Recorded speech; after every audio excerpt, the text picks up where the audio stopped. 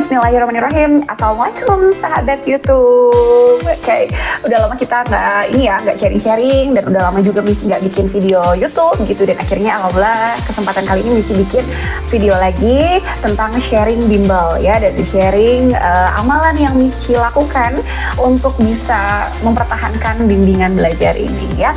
Oke, banyak sekali yang WA Missy, DM ya, lewat Instagram, lewat TikTok, bahkan lewat YouTube juga banyak yang bertanya-tanya dan ingin sharing gitu.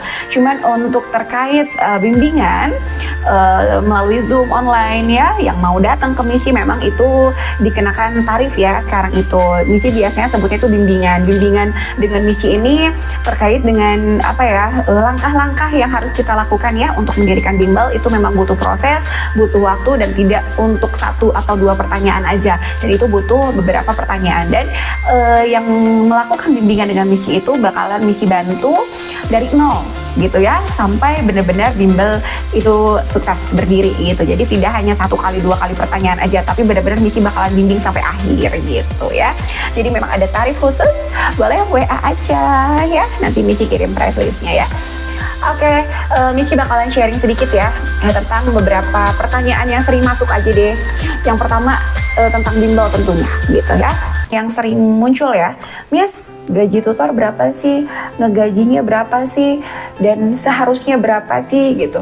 Sebenarnya ini tergantung di kota masing-masing ya, UMR-nya berapa gitu. Cuman kalau Missy pribadi ya pengen Missy ini adalah melebihi ya gitu, lebih dari UMR gitu.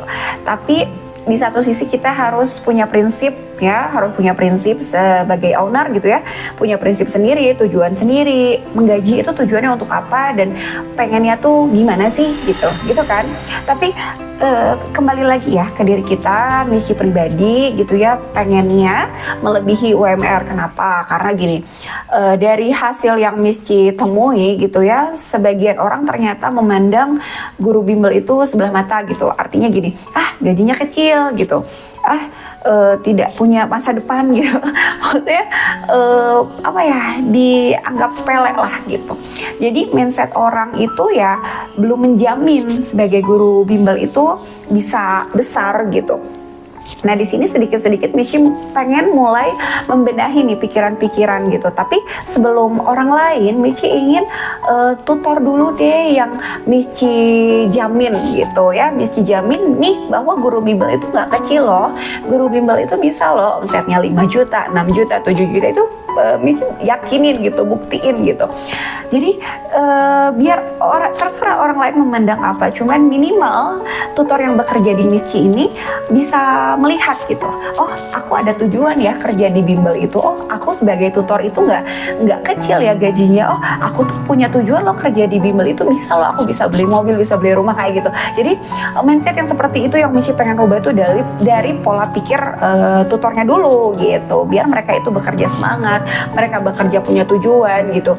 Jadi tidak ragu gitu, tidak ragu tuh, oh orang lain kerja di situ, oh gajinya gede ya, sedangkan aku di bimbel kecil. Enggak. Jadi minimal dari guru kita dulu kita yakinkan bahwa bisa loh, kita mau beli rumah, kita mau beli mobil, beli motor, beli laptop, itu bisa loh gitu dari guru bimbel ini gitu.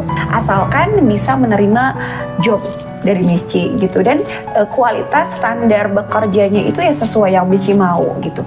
Kadang tidak semua tutor memang gajinya itu besar ya, itu tergantung tutornya masing-masing. Tapi di satu sisi kita sebagai pengajar harus berpikir gimana nih caranya Missy ini bisa memberikan job untuk mengajar kepada tutor gitu.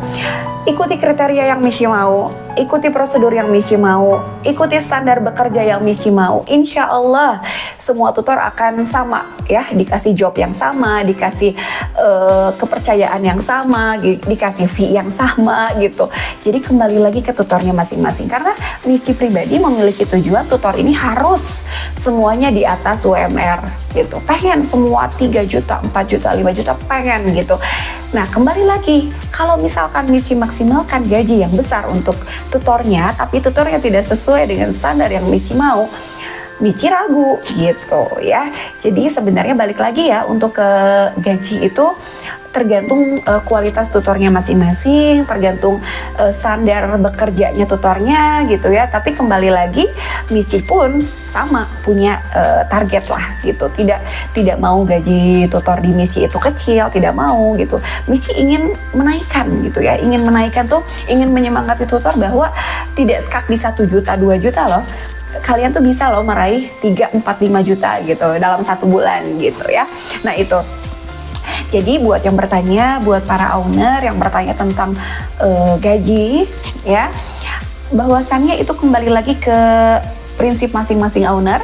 Kedua, kembali lagi ke kualitas kerja tutornya gitu.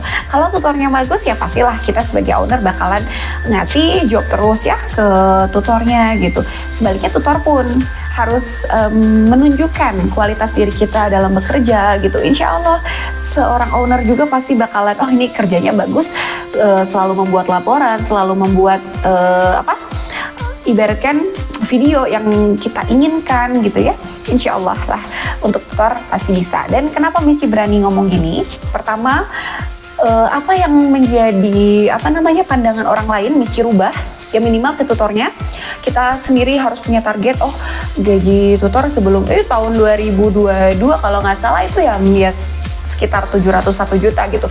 Tapi di samping itu Michi punya target, aku harus tutor minimal 2 juta awalnya. Naik lagi, udah pada 2 juta semua, Michi punya target lagi, aku pengen gaji tutor itu 3 juta. Alhamdulillah sebagian tutor udah gitu.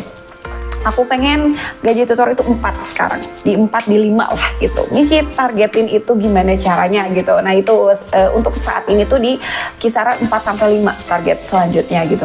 Nah jadi kalau yang belum mencapai 4-5, kita introspeksi apakah kita belum full kerjanya, apakah kita belum sesuai prosedur kerjanya, apakah kita belum membuat owner kita percaya sama kita gitu. Paling itu beberapa PR lah untuk tutor itu sendiri ya. Jadi untuk semuanya pekerjaan itu insya Allah kita bakal dapetin apa yang kita mau. Kita mau gaji 5 juta, 4 juta silahkan gitu ya. Asalkan kita perbaiki kualitas kerja kita dulu gitu. Kalau kitanya masih males-malesan, masih bekerjanya ini setengah hati, kayaknya rezeki juga pasti setengah hati ya gitu. Jadi kalian harus totalitas dalam bekerja, dimanapun kalian bekerja. Jangan dulu lihat kanan kiri gajinya. Kalian fokus dulu, kalian sekarang lagi bekerja di mana?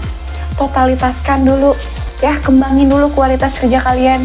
Insya Allah yang namanya nominal gaji itu bakal mengikuti kualitas diri kalian ya. Oke, itu jawaban dari Michi ya. Semoga bermanfaat. Terima kasih. Bye-bye.